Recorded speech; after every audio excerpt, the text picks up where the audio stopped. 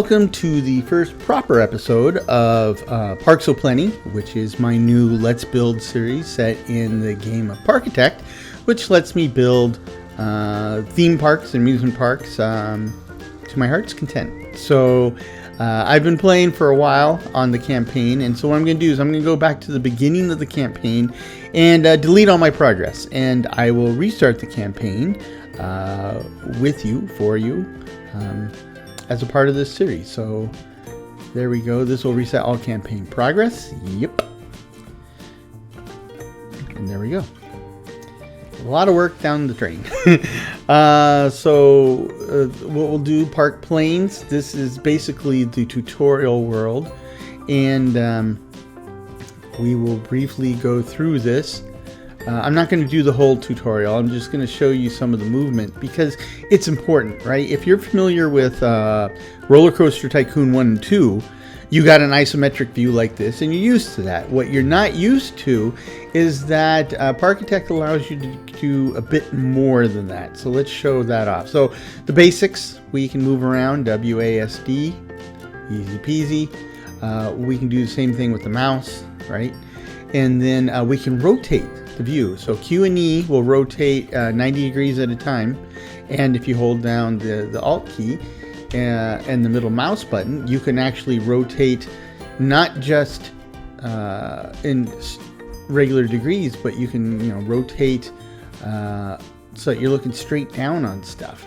And of course, there's everything in between. So you have complete freedom to move around. So while the view is generally isometric most of the time, truth is it's true 3D, and you can move this around, zoom in, zoom out, do whatever you want to see every aspect of your creations, especially sometimes the hard to reach areas where you're trying to build. So I just wanted to show that off. So then we move on to the first actual scenario, which is Maple Meadows, right? A large clearing on the frontiers of a maple forest. The perfect place to build your first park from the ground up. Easygoing guests, relaxed weather, and what more could you ask for? And it looks like all we have to do is have 200 guests in the park and do it within a year. So that's pretty easy. I mean, as you would expect for a campaign, the first one is going to be really easy. So here's the park. Move out a bit. Here we go. And you can see it's a small park, and it's got kind of a dog-leg shape to it, right? Just in and over. So nothing fancy. It's got a little bit on the end that we could buy to expand the park if we want, but pretty straightforward. We have one backstage area already set up. You always have one set up in these scenarios, though it may or may not come with some extra goodies, like this one has a staff room. And as far as the rides go, we've got the basics. I never build a spiral slide, but carousel, Ferris wheel, teacups, okay, those are calm rides.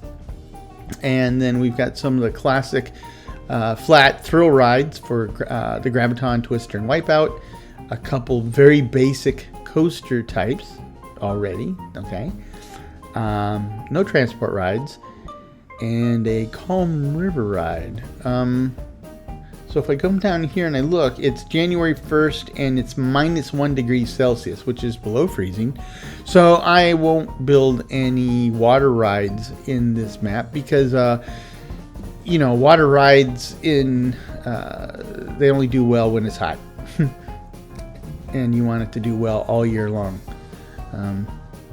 Okay, so if we come back here, we can see that we have a very simple set of goals. It doesn't matter if I owe a lot of money to the bank. It doesn't matter how happy my people are. It doesn't matter anything. So this should be easy to do. So the first thing I'm going to do is basically terraform this whole map. Right now, this terraforming tool is free. This doesn't cost any money to do, so as you can see, and it just helps me clean things up. So we kind of take this ratty, weedy, overgrown look and give it this nice trim, almost like a golf course type of cleanness, right? Now, another thing about the tool, since it is free, you can use it kind of like sketch designs and stuff onto your map. So it does. Apparently, guests have absolutely no idea or care about what color the ground is or what it looks like. So, I mean, none of this is necessary, but I think it does add a bit to what we're doing. But what I'm doing now, I'm adding this rock texture, not because I want it to look like rock, but because I'm actually using it to sketch where I want my arterial pathing system to be, right? And when I say arterial pathing, this is basically the most direct and main route through the park for most guests, right? And you'll notice that I kind of have a parallel pattern here with like a ladder step in between them. This is pretty much one of the signature features of all my parks. This is just what I like to do, and I like it. This has a tendency to kind of throw the AI and the pathing for a loop in Roller Coaster Tycoon, but in Parkitect they handle this just fine. So this is a great way to handle high volumes of guests, but also gives me lots of path boundaries along which I could add benches and trash cans and lantern lights. So that's why I do it. Okay, so this one's pretty easy. I just, follow the dog leg, right? In and over. And of course, the spaces on either side, and sometimes over the top, will be used for our attractions. Okay, let's go ahead and open up the cache. And we'll go over this a little bit later in detail, but they already gave me a lot of cash, but I'm going to grab more cash because why not, right? So we'll take the biggest loan we can at 4.1% interest. And now I have just under $50,000. That should be more than enough to go. And I have some very decent selection, very basic selection of shops to choose from. We've got research going, and it's set for thrill rides. I will reset this to coasters, hoping that we can get maybe something like a headline or mainstream type coaster to really bring people into the park. That really won't matter for completing the scenario. That will be important for later when we really make this puppy hum. So this backstage area is an eyesore, right? That's how it works in this game. And what's more, this dog leg path I laid out, it's going to be a really long way for guests to go, so you don't want to make them walk all the way back down there for goodies and treats, and you don't want your employees to have to go all the way down that thing to take a break. So we're going to basically set up a second backstage area. I gotta see what the setting is for rotating stuff. Not the camera, but stuff I'm trying to build. Rotate object, space. Okay, I can do that. So in this case, I'm going to build a depot and spin this around like so.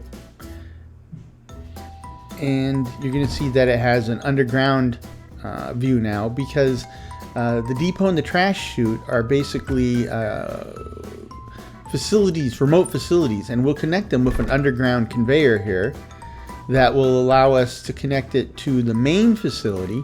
And what this means is, instead of my employees having to go all the way through the park back and forth, they'll be able to drop stuff off at the satellite facility, and it'll automatically get conveyed to the main facility. And that's important because guests don't like seeing guys with like giant trash trolleys or whatever walking through the park, right? Guests, this game pays particular attention to the idea of immersion. So guests like, they like to see, they like to experience the magic, right? Without a bunch of stuff bringing them back into reality. Now, in addition to these taking care of the trash and taking care of supplies, we are going to have basically a break room, staff room, that our staff can use to take a break. And that's pretty much the core of it. I almost never use the training rooms. Your people will get plenty of training by actually doing the job. And you know, they've tried to beauty up this area by adding some decorations. Completely unnecessary, because those decorations still made it ugly. It just, you know, lipstick on a pig, I believe is the term. So we want to get rid of those, and we want to kind of bring this back a little bit. So what I'm going to do is, yes, this path doesn't go all the way out to the main path, but what it does is it's going to go around this little area to the back of the various shops that we're going to put in, right? And that's how we will bring supplies to the shops, because like I said, they don't like seeing employees with trolleys full of goods and boxes. So we want to kind of keep all that behind the scenes. Okay, now what I did before when I laid out the paths, I didn't really lay out the paths. Those are just landscaping features, but it gives me kind of a framework against which that I can lay out these zones. Now, you can use the zones in different ways, right? So I use them almost entirely for basically assigning employees to play a zone, right? So there's not a lot of people all at one end of the park while the other end is completely ignored. Now, I set up zones for the whole park, but I also zoom into these backstage areas, and I set up zones just for the backstage area. But to do that, I gotta kind of poke a hole in the other zone. And so now we have a much smaller zone that is just the backstage area, and that's useful for keeping certain employees, like your haulers, located just in the backstage. Otherwise, sometimes, you know, if you didn't limit them to just that zone, they can wander, and people don't like seeing those guys. So then zone 5 here is I mark it as backstage entrance, right? Because this is the backstage area by the entrance. And this over here, the end of the park is where I plan to put the bigger ticket and the thrill rides. So what we'll do, yes, I think, yes, so we'll call it the thrill zone, right? This is where we're going to keep those rides, and so the backstage part of that is called the backstage thrill zone. And then we go in and we name the actual zones themselves. Oops, this color choosing and focus is a little tricky. It's easy to lose track of which zone you have selected. So this is zone 1, and like it said, we'll call this the thrill zone, because, you know, that's a basic design strategies. You put all your big ticket items at the end of the park, and that basically pulls guests through all the other stuff they wouldn't necessarily care about or go to, which then maximizes all your park assets, right? So this is the entrance zone. And then zone 3, well, for lack of a better name, I think I'll just call it corner, right? But, you know, if we wanted to also use this to define like themes or something, you know, like Fantasyland and Frontierland, or you could do that too. Okay, so we got our zone set up. Let's look at our employees. I have a janitor who's not assigned a zone. I have one hauler who's not assigned a zone. I have one mechanic who's not assigned a zone. No security and no entertainers. So the mechanic, for now, I'm just going to let him be assigned to the entire park, right? We'll change that eventually. But the hauler, our current hauler, I'm going to assign to the backstage entrance area, right? And I want to look at him and kind of dump him in there so that he doesn't have the opportunity to wander too far away. So that'll keep him in there. And then I want to hire another hauler for the second zone. and I assign it to him, and there we go. So that we're all covered as far as the haulers go, and they bring supplies to your stores and facilities, because you can't make a hamburger without hamburger patties and buns and condiments, and those are the guys that make it happen.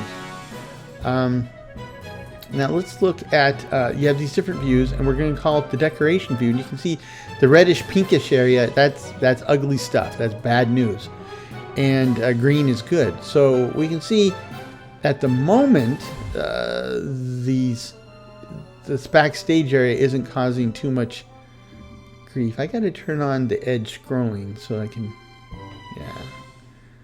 move around a little better. At the moment, these backstage areas aren't causing a lot of heartache, but we're going to move pathing much closer, and that will cause problems. So what we want to do is we want to basically hide the structures, and you could make it, you could disguise it as a some type of themed building or whatever. For now, we're going to go simple and easy. We're just going to put a big hedge in front of it, and you can see that I've laid this hedge out a little bit away from the backstage area a little bit, and you will see that there is a method to my madness. And so there you go. Right, that should help the view. Let's look at decorations again. Not like it was showing a lot of bad stuff anyway, but let's go over to the other side and we'll block that out. Now, you don't have to do it this way, right? I mean, you first of all, you don't have to pause the game. You could just do all this while it's running. You don't have to plan things out. You can just kind of build stuff willy-nilly like a real-time strategy game. You can do that. But I can assure you that it's going to be close to, if not outright impossible, to complete the entire campaign doing it that way, right? Because they're going to get harder. The conditions will get harder and harder. And, you're going to need time to plan. And sometimes you have to do a stop, drop, up, and roll. And so pausing the game and being thoughtful about your changes are important. Now, I want to look at what we should do for paths, right? It comes in all sorts of different flavors. There's metal paths, brick paths, dirt, concrete, whatever. I like this flagstone, they call it cobblestone, view. It's actually, I like several of them, but for now, kind of having an eye toward like a Victorian era theme park, an old-fashioned park. Later, we'll go with this cobblestone walkway, right? And the other thing about this is that you can color it, right? So you can change it to pretty much any color you want. These are the presets. I like this kind of it's a little too yellowish, so let's make it a little more brownish, but still light colored, right? Kind of like a tan, and we'll paint the path we just laid down. So we don't have to delete it and lay it down again, we can just paint it. So lay another path down here. Now, of course, all my benches and stuff disappeared because they are supposed to be at the edge of a path, but now they're in the middle of a wide path. So then, you remember I showed you how I designated these pass-through zones. So I will paint those. There we go. Now, I want to set up a path over here because these are the paths that will go in front of our concessions and such. So we'll do that. And we'll want to connect it to our main path. And this one's turning out pretty clean, by the way. I should have planned it that way, but I didn't. It's 5 across, so we'll put a path right down the middle. And there we go, nice and symmetrical. That speaks volumes to my heart. Now in this one, it's not going to be as clean. Not going to be as clean. It's okay. That's okay. We'll play it by ear a little bit. We might tweak it later. There you go. And then we'll go ahead and flesh out this middle section. Now, this pathing tool, if you're familiar with how the pathing tool worked in Roller Coaster Tycoon 1 and 2, it's very similar. You can build raised paths, one block at a time, in exactly the same way as you did in Roller Coaster Tycoon. One of the things I like about Parkitect is, yes, it is new. Yes, it does introduce some new concepts, but mostly it either maintains or improves upon kind of like the standards that were set by the original Roller Coaster Tycoon series. And if you've played those, then you can step into this game really without too much trouble. Now we'll go ahead and re-landscape. Get rid of my sketches. You couldn't see them much anyway, but now you won't see them at all. Okay, so now how about those shops, right? We got bathrooms, a burger place, a juice place, and pretzels. So there we go. And then what I will do is I'm going to put a burger place and a juice place in both of our backstage areas, so that guests can reach those. Okay. Now at this point, my choices are pretty limited, but you can see that that the supplies for these stores or these concessions are already stacked up in the area, and that's what the hauler does, is it brings them to the shop. Over here, we don't have anything set up yet, but you can see that there's an icon over my my little supply depot, and it basically says there's no stores assigned to this, no concessions assigned to this. So we will get to that in a minute, but we basically just set it up the same way we did with the first concession area. Easy peasy. Now let's look at visualizations, and this is important because you can see that the bathrooms are ugly and people don't like looking at them, and the view of that bathroom and the view of this bathroom really bring down the visual appeal of this area. I mean, I'm surprised this one's so bad. I'm guessing it's because they can see past, they can see the bathroom and see past the bathroom to the rest of the backstage area. So what we want to do is get something to kind of hide the bathroom a little bit, and it doesn't take much. All we need is a little veneer. So this doorway here, right, which lipstick on a pig. If we go to their decoration, that didn't make much difference. Okay, we'll improve on that another way, but yeah, I was just checking to see if it was maybe just a matter of not updating. Let's see if this works here. Oops, didn't need to turn everything off. There we go. Let's take a look at the visualization. See, as far now nobody knows about. I didn't know there's a bathroom there, but it doesn't look like a bathroom apparently. I don't know why this one's so bad. I'm guessing it's because they can see that the taller building back there, and maybe that road on the outside of the park. I can't do anything about the road on the outside park. I can just hide it from within the park like that, and let's see if that helps a bit. Yeah, it does. So that road was part of it. So we still have this little pink area, but we'll put a bunch of decorations there, and that won't be a problem. It won't be a problem.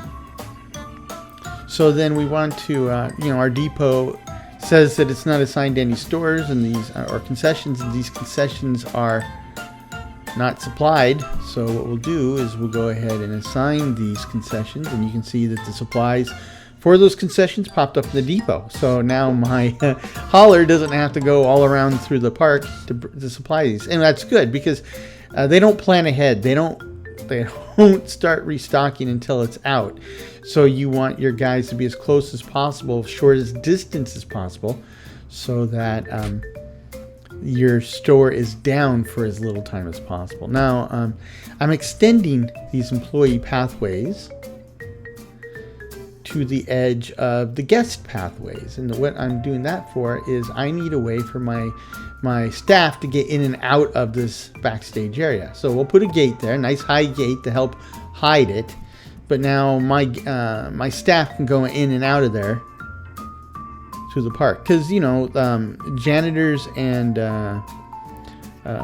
maintenance workers will definitely be out amongst the guests, so they need a way to reach these employee only areas.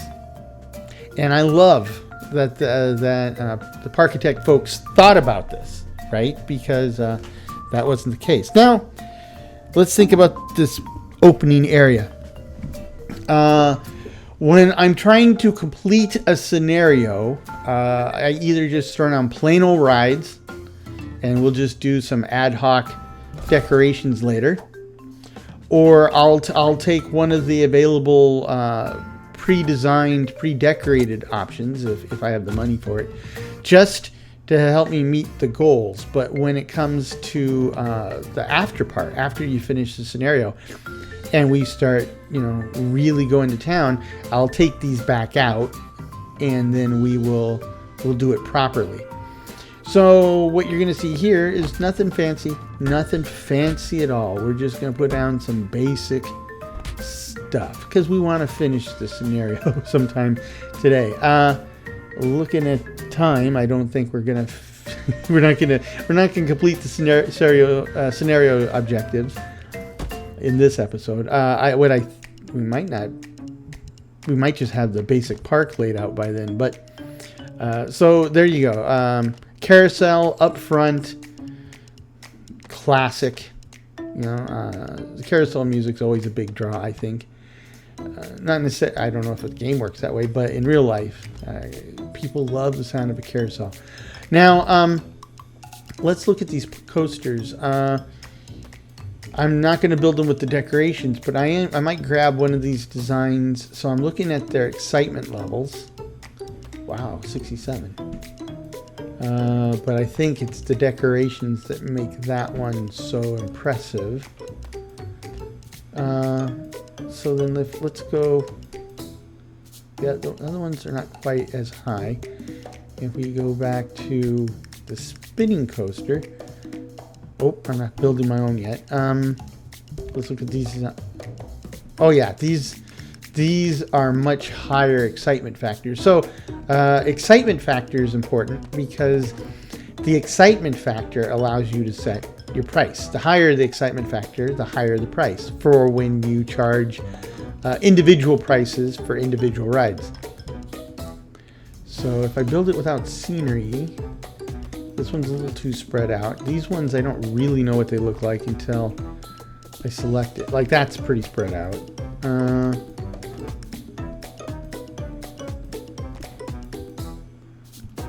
Something a little tighter. Yeah, okay, this is tighter. So there you go. I think that's a good one. So it's about 3,300, 3,400. It says I can't build it though. So I'm guessing it needs to be raised up a bit. And yeah, that frees it up. So, okay. And so let's raise it up a little bit.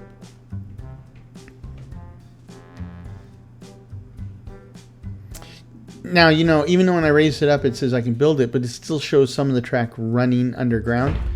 That's fine, because it'll build tunnels to the ground.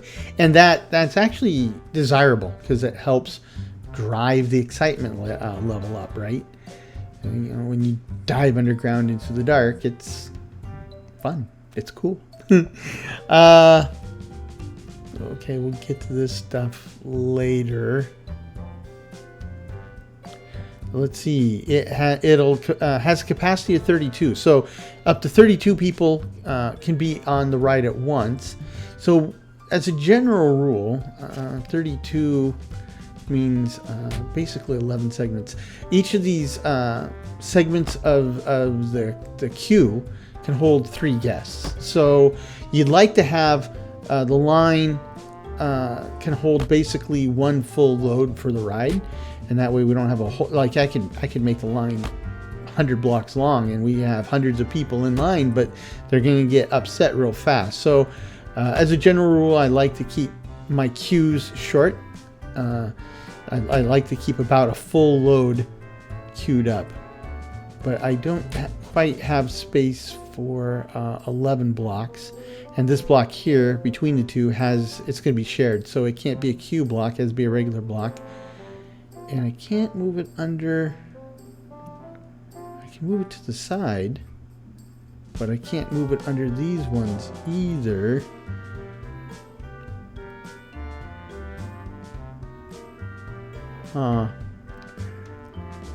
But I can run run a path across the back. So what we'll do is we'll turn this all around, right? So we'll basically bulldoze it and clear this. Just do it this way.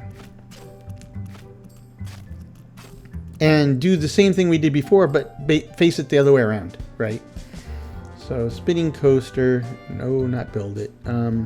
Though you can build your own, and eventually we will, because that's actually pretty preferable. It's a great way to save space and cut down costs too. But so we'll move it around this way, raise it up, and that should allow me to do exactly what I was doing, but then pass the pathway under the ride and back toward the main path, right? So set up the queue line again.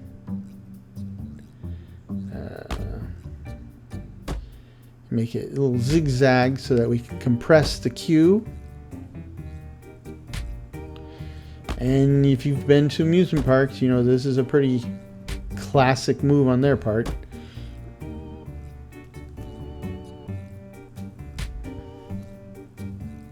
Now we got to come down. And this part's easy. Okay. I'm able to squeak right up. I ran into track here, so we'll turn and then continue. Okay, so there we go. That one's connected. And like I said, right now we're in the down and dirty phase. We're not doing a whole lot of, sophisticated design or theming. We're just setting stuff up to work. Now this corner, we can go ahead and just grab another thrill ride. Graviton is always a popular choice. I'm not much of one for spinning rides myself. And this one will spin you and drop the floor out so that the centrifugal force will hold you up, and that's not cool. I know my sister, she loves these spinning rides. But then my sister's crazy, so my mom likes them too, and I know she's crazy. That's where a good chunk of our family craziness comes from. So then let's go ahead and connect these like this. Okay. And then, let's see, we got some space out here in the thrill zone. So let's go ahead and basically lay down all of our thrill rides. Now, the Twister, classic. You see it at fairs and carnivals too. Our goal is to have 200 people in the park. And the way you reach that is just having enough rides. The number of people coming to the park primarily is determined by the number of rides you have and the type of rides. And then there's modifiers to that, right? So if there's an accident at this park or another park, that could drive down the numbers. If a blogger or somebody posts something positive about the park, that could drive numbers up. So we'll just add that there. And we'll put this over here. There's all sorts of different philosophies about having your entrance and your exit together or separate or whatever. I find in the end what matters most of the time is just the layout of the land. I mean, what do I have space to do, right?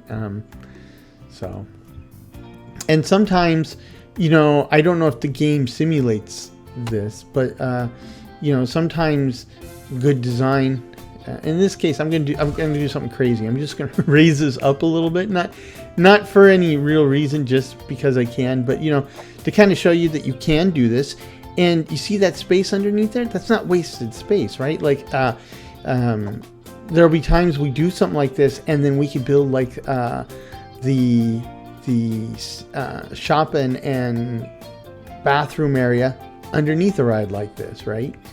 For very tight maps, that's a very useful strategy. So anyway, I don't remember what I was talking about a minute ago, but let's go ahead and set this up. And of course, we'll need to bring this back down to the main path.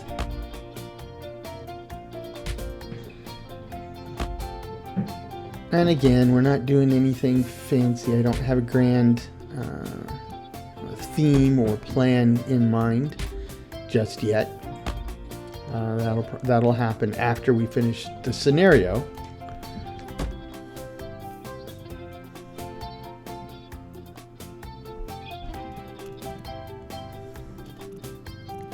Okay. Figure out how I'm going to get people off of this thing. You could have a really steep staircase like that.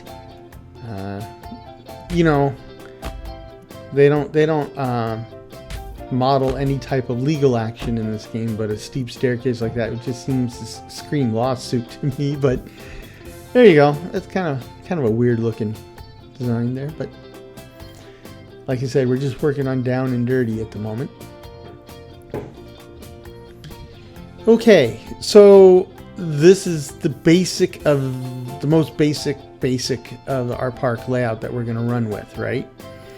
Now, let's go ahead and flesh out our staff. So we have one janitor that's currently not assigned a zone. So we'll take our current janitor, assign them the entrance. Then we're going to hire another to cover the corner, and a third to cover the thrill zone.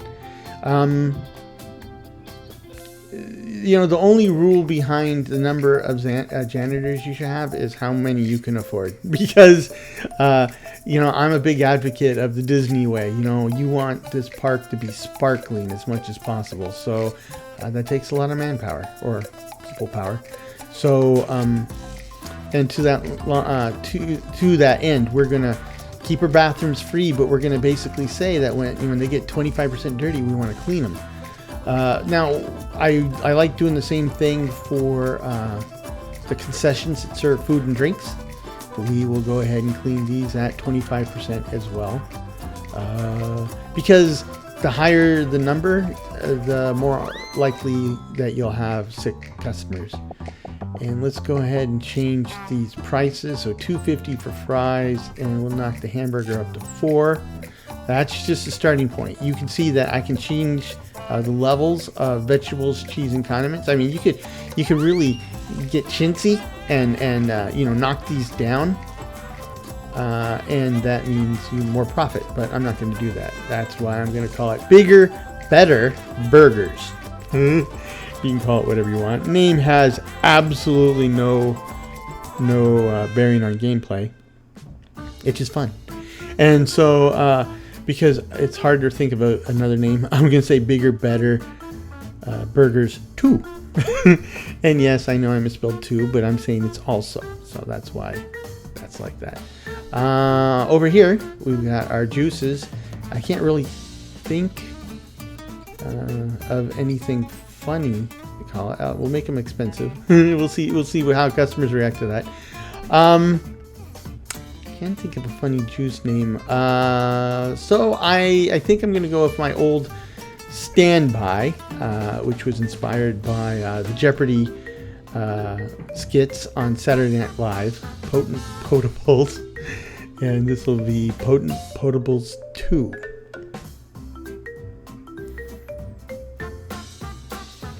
There we go. TOO. Okay, so that's set up. Now let's go to the rides. Now, you can do all sorts of stuff with the rides. First of all, I'm going to set it to test mode because I don't really know what the actual excitement is, right? The excitement, it says, is 17.5, but we plopped it down fresh. That's an estimation. We want to know the real value because that's going to help dictate what we can charge. And I don't remember the formula. It's either like 1.5 or 2 times the excitement value divided by 10 is the price you can probably safely get away with. So it's either like $1.75 or like $2.50.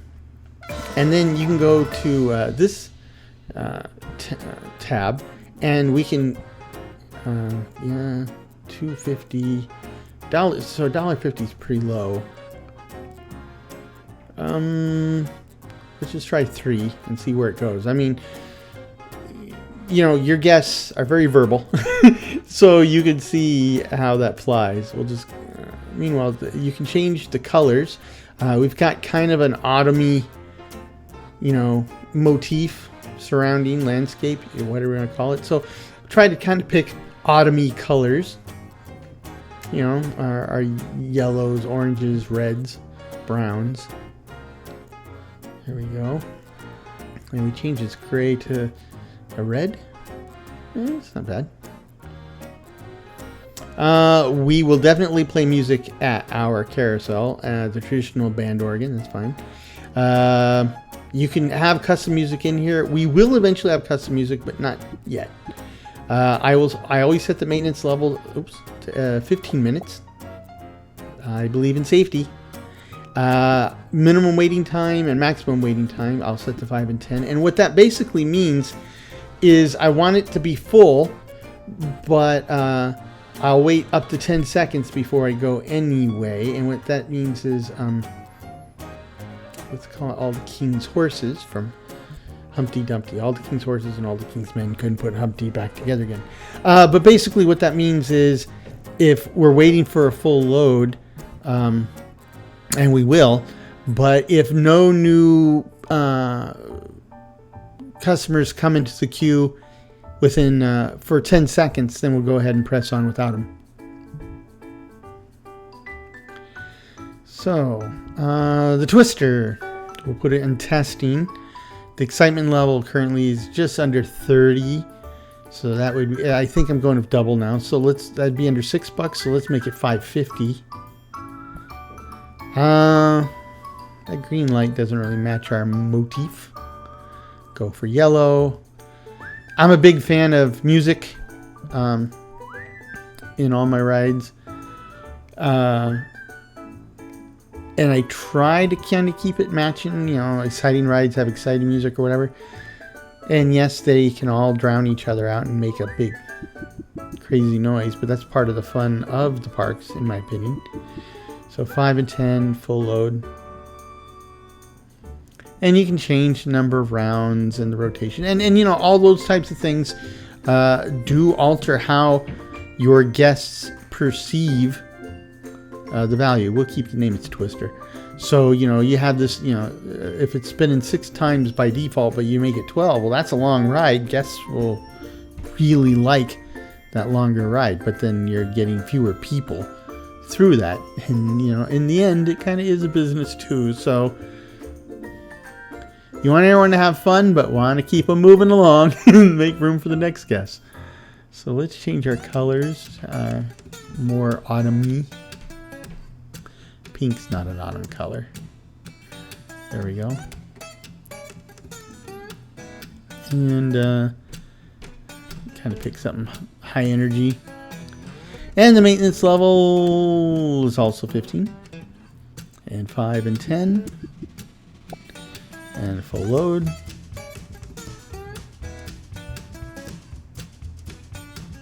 And I think we're good to go there.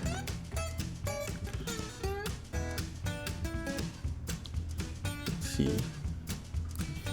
I don't know. For some reason, I just want to call this turbo. No reason. Nothing scientific, at least. Let's see, the Gravitron. Same thing. We'll put it in testing mode. This definitely doesn't look autumny. It looks like a toy you get out of a cereal box. So let's change these colors a bit. You don't get toys in cereal boxes anymore, but once upon a time you did, and they had a tendency to look like that.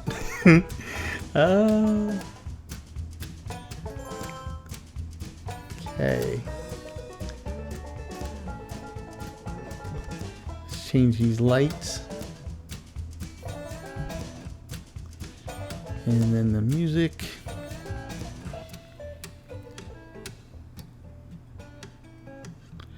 And all my maintenance settings, maintenance operation settings. So 15 minutes for our maintenance level. And the 15 minutes is 15 minutes of actual time, not game time, because in 15 minutes of actual time, we're going to run through more than a month of game time. So, but that also is modeled off of the original behavior of the roller coaster tycoon. So, kind of set our pricing in line with our excitement. Now, this is going to be our big money maker right here, in relative terms. Well, we're not going to call it the puzzle cube, but let's see. So 56 is our excitement, and I'm going to start. Let's get rid of these colors. Well, I don't know. We'll just leave these colors for now. I'm not going to mess with that, but I am going to change these other settings. Popped collars. 15 minutes maintenance. 5 and 10 full load. And let's see, spinning car, round spinning car. We'll go with this. Maybe 7 or 8, 1 or 5. So we can actually fit more with the spinning car. So we'll go 7 trains out of 8. But they're not really trains, they're just individual cars. And so with 56, $10, but I think I'll go low and we'll go with 10. And we will call it something other than the puzzle cube. The Fall Rush. Which doesn't mean anything, but a lot of rides mean nothing. The names on them mean nothing. It's more along the lines of, what does it make you feel? That's a great marketing tactic. Now, let's turn our attention to the paths. So we need lots of places for folks to sit. Eventually we're going to go for an old-fashioned Victorian type park type feel. So I think these benches kind of give that vibe a bit, like a cast iron bench. And we'll run these right down the middle of our arterial pathway. Plenty of places for folks to stop and pop a squat. So nice. That's one of the things that bugs me is go to amusement park. I want to take a load off. But I can't because they have like 3 benches and those benches are full of like 12 people already. So here, let's keep them toward the center of the pattern. That'll let me put stuff in the other ones. Now let's look at lamps.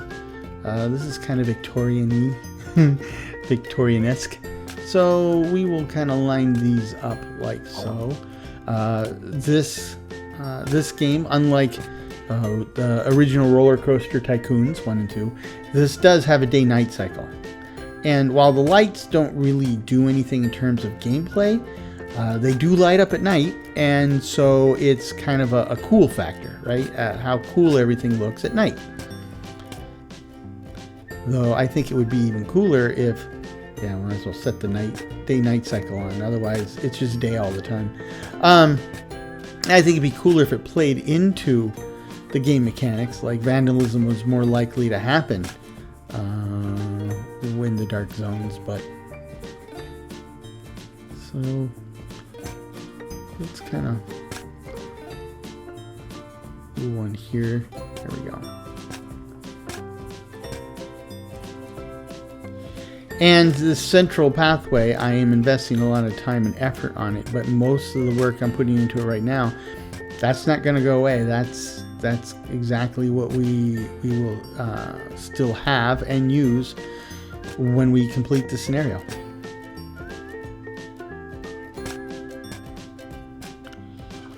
So what I'm doing now is basically for the long-term benefit of the park. And then put stuff in the middle there. And what I like doing is complement these benches and lights with alternating trash cans, right? Because just like real life, guests in the game are slobs. And they can make a real mess, though most of them are pretty good about not making a mess if you give them some trash cans. Some of them, they will throw stuff on the ground even if they're standing on top of a trash can. But generally speaking, and I think this is probably true in real life, most people would prefer to throw it in the trash, but you gotta have the trash cans conveniently located. They're not going to go very far out of their way to find one.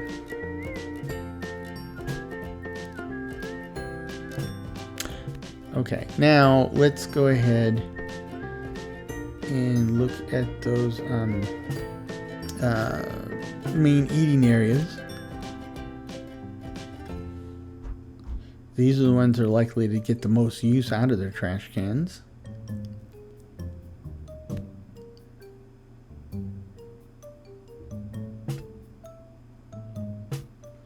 Okay, you can use this eyedropper tool to pick up decorations that you want to add elsewhere in the park.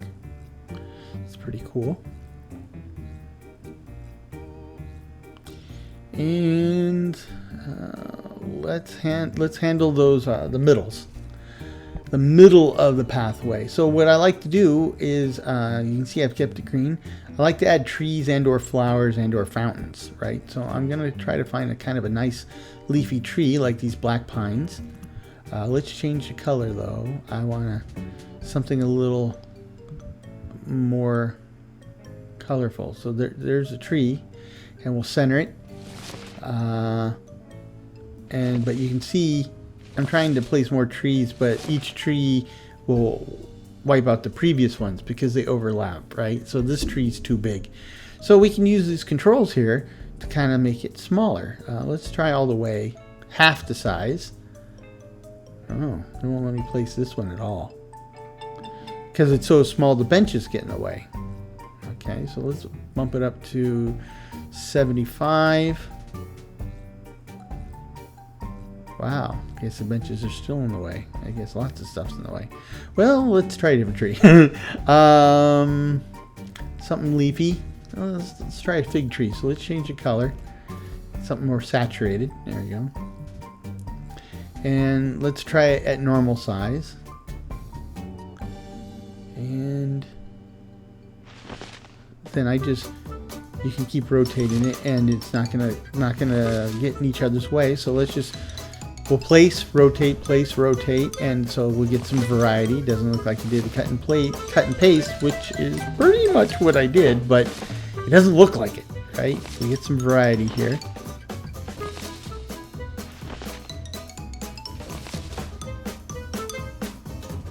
And put it all the way down. Now that's another, preference of mine. I like shade. Right? I mean, I like the sun. I like to be in the sun. But, I grew up in the 80s. I absorbed plenty of sun already. So I like to also hide from the sun.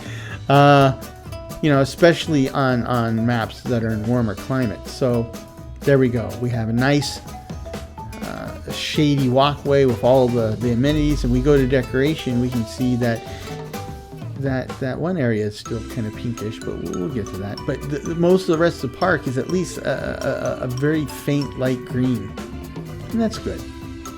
That's good. It'll get more intense as we move on.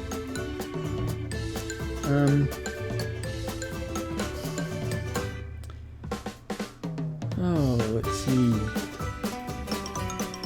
I'm going to try to add some fences here to see if we can kind of limit the view to the outside and to other parts of the park. Maybe that improves things. So we're basically open for business now. The haulers are hauling supplies to the shops. Janitors are standing by in their patrol zones. Our one mechanic is going out on their rounds. And now, if we go all the way to the edge of the map, because apparently nobody drives or parks their car, here come our guests. And we have to wait for them to walk all the way to the park, which isn't going to help their energy level either. Let's go ahead and just, for now, bump up the ticket price to 2 beans. And that's it. I mean, we just need to have 200 guests in the park. Our numbers don't mean anything yet because there's nobody in the park. Now all of our rides are in test mode, and we need them to complete a cycle so we can look at the test results and be more accurate in our pricing. So here, the values are still pending, but here we got actual values. So right now, without any decorations and stuff, we know what the values are, and it's about this. We can knock it to 5, and this one is still waiting for values, and 31. So we can knock this one to what, 6? That seems pretty high. Okay.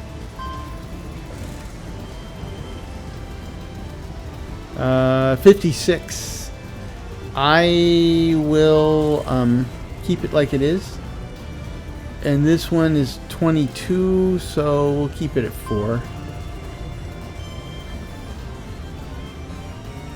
Oops. Okay.